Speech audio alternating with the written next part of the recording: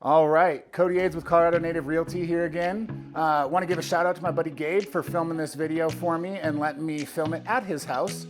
Back with another maintenance minute to show you how to blow out your sprinklers if you have the proper equipment. If you don't, feel free to reach out so that I can get you in contact with somebody that can get your sprinklers taken care of before winter. First thing you have to do is find the water line, this main water line here. And then you'll find the branch that goes off and you should be able to see it run straight outside to where your sprinklers are. And we're gonna shut that valve off so that no more water goes to it. And then we'll meet you back outside so that I can show you the next step. All right, we are outside now. And this is called your backflow preventer. This allows you to stop any water that goes down into your sprinkler valves before it would flow back into your house due to any back pressure. But we close the water off down there and we're gonna drain some water from this pipe from here all the way down to where we just shut off the water. But in order for it not to create a vacuum, you need to create an opening. So these little screws on the side of your backflow preventer are valves. And when the screw is in line, it is open. When it is up and down like this, creating a wall in there, that means that it is closed. So we have both of those open, and then we'll meet back inside to be able to drain this line. All right, and then the final step for this portion of the process is we're gonna remove this cap on the end here, and that'll drain all the water out of this line out to the backflow.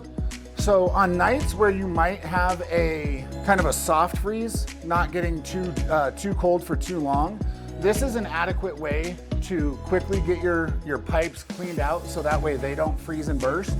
And then you could do that a few times and recharge the line before you actually have to blow out your sprinklers before the dead of winter so that you're not having the underground pipes freeze. But if you're not getting into a hard freeze that'll go 12 to 18 inches deep, you shouldn't have to worry about that, and this would suffice. We are doing the final blowout for the season here at Gabe's house today, so we're gonna run through the entire process, but just wanted to touch on that if you ever had a cold spell in the middle of September, October, that you wanted to ensure that your pipes wouldn't freeze that were above ground. This is a great way to take care of that. So we will get this base into a position to catch this water, open up this cap, and now the water is kind of catching. It's a good thing this is right over the sump pit. Always be careful not to lose this cap. If you lose the cap during this time of year when you're draining it out and tried to go to Home Depot to buy one, everybody else loses their cap this time of year and Home Depot runs out of it. So I always recommend once you pull it out or once you finish this drain process to just screw it back on gently. And sometimes you'll find that you have these outside also. If you'll see like an elbow that has one of these caps on it. And if you ever see that, you can use that as a drain point also. Just make sure you don't lose that cap because they're a precious commodity. All right, we're about to fill up this vase. So I'm gonna let Gabe stop videoing and I will block this hole and he can go dump this. Final step for this procedure, as long as you have one of these hookups on the side of one of these valves, you'll just be able to hook your air compressor up on here, and then you'll go and cycle through your zones on your sprinkler timer.